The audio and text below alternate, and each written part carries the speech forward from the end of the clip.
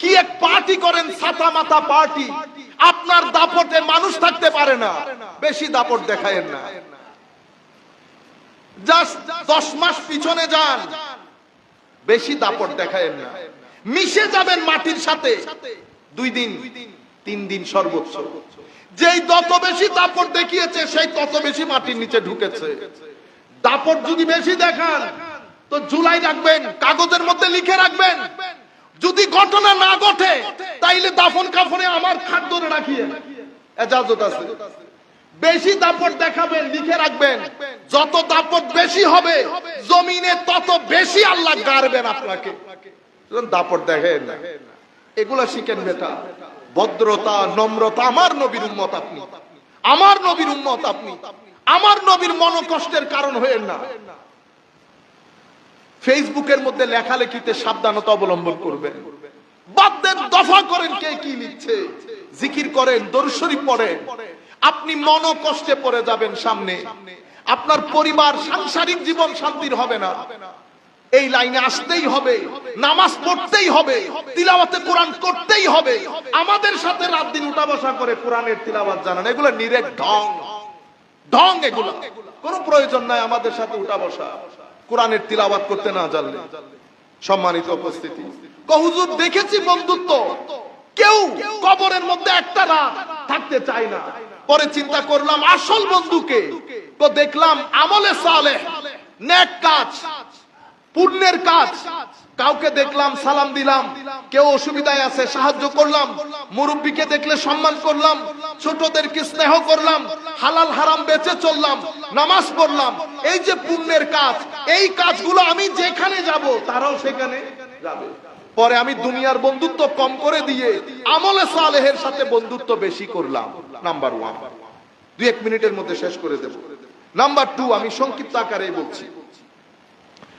হুজুর দেখলাম কোরআনে পাকের একটা আয়াত, আল্লাহ ইরশাদ করছেন, ওয়া আম্মা মান খাফা মাকামা রাব্বিহি ওয়া নাহান নাফসা আনিল হাওয়া ফাইন্নাল জান্নাতা হিয়াল মাওয়া। আল্লাহ বলছেন, যেই ব্যক্তি আমার আল্লাহকে ভয় করে, কিয়ামতের দিন আল্লাহর কোর্টে দাঁড়াতে হবে এই ভয় আছে, এবং নিজের লোয়ার সেলফ নফস থেকে, হাওয়া থেকে, ডিজায়ার থেকে, খাহেসাতে নফসানি থেকে নিজেকে বাঁচিয়ে রাখে, জান্নাত তার ঠিকানা। পরে চিন্তা করলাম আমি কেন ডানে বামের এত কাজে সময় ব্যয় করব। আমি আপনার মজলিসে বসে শিখলাম নফসকে, নফসের গলা কেমনে টিপে ধরতে হয় সেটা আপনার মজলিসে শিখেছি। এই কাজটা আমি করেছি, নফসের গলা টিপে ধরেছি।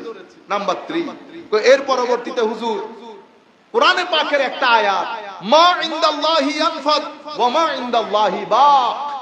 যা আল্লাহর হাতে আছে তা বাকি থাকবে, যা মানুষের হাতে আছে ধ্বংস হয়ে যাবে।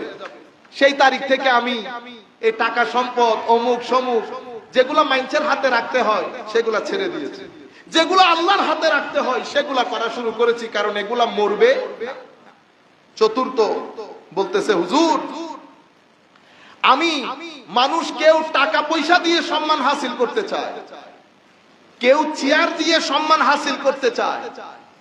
আমি চিন্তা করে দেখলাম কোরআনে পাকে আল্লাহ ইরশাদ করছে, টাকার সম্মানও সম্মান না, চেয়ারের সম্মানও সম্মান না। এটার শুরু আছে, এটার শেষ আছে। আসল সম্মান তার যার ভিতরে তাকওয়া আছে।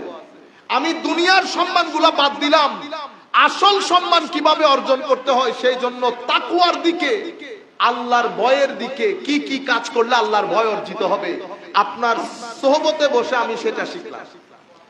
এর পরবর্তীতে 5, হুজুর মানুষ অহংকার করে, বায়ে বায়ে অহংকার, হিংসা, কারণ আরেক ভাইয়ের টাকা বেশি, শ্বশুর বাড়ি শক্তিশালী, বইনে বইনে হিংসা, বইনে একটা জামাই ভালো ইনকাম করে, চাস্তো ভাইয়ে হিংসা। আমি চিন্তা করলাম, কোরআনের আয়াত পড়লাম, নাহনু কাসামনা বাইনাহুম মাঈশাতাহুম, যা কিছু নিয়ামত এটা আমার আল্লাহর বন্টন, আমার আল্লাহর বন্টন। তো আল্লাহর বন্টন নিয়ে হিংসা করা তো আল্লাহকে নিয়ে হিংসা করার শামিল। আমি আমার অন্তর থেকে এই ধরনের হিংসা একেবারে বাদ দিয়ে দিলাম। চিন্তা করলাম যা যাকে দেওয়া হয়েছে আমার আল্লাহর মাধ্যমে দেওয়া হয়েছে, সুতরাং কারো জন্য কোনো হিংসা নাই। চলেন আমরা সবাই মিলে বাই বাই হিংসা করি, এর কাছে টাকা বেশি, এর কাছে টাকা কম। যার কাছে বেশি আমার আল্লাহর বন্টন, যার কাছে কম আমার আল্লাহর বন্টন। এর পরবর্তীতে হুজুর আমি দেখলাম কোরআনে পাকের আয়াত ইন্নাশ শাইতানা লাকুম আদু ফাত্তাখিজুহু আদুওয়া, আসল সব দুশমন হচ্ছে শয়তান, কিন্তু আমরা দুশমনি করি বায়ে বায়ে, আমরা দুশমনি করি এলাকায় এলাকায়, কিন্তু আমার আল্লাহ বলেছেন দুশমন আসল হচ্ছে শয়তান, শুধু তাকেই দুশমন মনে করো। আমি সেই তারিখ থেকে মানুষের সাথে দুশমনি ছেড়ে দিলাম, আমি আসল দুশমনের পরিচয় পেয়ে গেলাম, তার সাথে দুশমনি শুরু করলাম, মানুষের দুশমনি ছেড়ে দিলাম। এটাও আমি আপনার সোহবত থেকে শিখেছি। এর পরবর্তীতে 7 নম্বরে বলতেছে হুজুর মানুষ দেখলাম টাকা পয়সার জন্য পাগল হয়ে যাচ্ছে, কেউ 13 ঘন্টা, কেউ 24 ঘন্টা, কেউ 17 ঘন্টা, এটার মাধ্যমে কেউ ঘুষ নেই, সুদ নেই, যেখান থেকে ইচ্ছে মানুষ টাকা উঠাচ্ছে। কোরআনে পাক করে দেখলাম ওয়ামা মিন দাব্বাতিন ফিল আরদি ইল্লা আলাল্লাহি রিজকুহা, যা কিছু দুনিয়ার মধ্যে আছে সবার রিজিকের ভার আমার আল্লাহ নিয়ে নিয়েছেন। সেই তারিখ থেকে আমি এই ইদার উদার করে টাকা ইনকাম ছেড়ে দিলাম, আমার আল্লাহর উপর পূর্ণ ভরসা রাখলাম, হালাল রুজির দিকে আমি ধাবিত হলাম। এটাও আমি আপনার সোহবত থেকে শিখেছি। 8 নাম্বার আমি দেখলাম মানুষ এক একজন এক এক জিনিসের উপর তাওয়াক্কুল করে, কেউ টাকার উপর, কেউ আত্মীয় স্বজনের উপর, কেউ চেয়ারের উপর, কেউ বড় ভাই ছোট ভাই।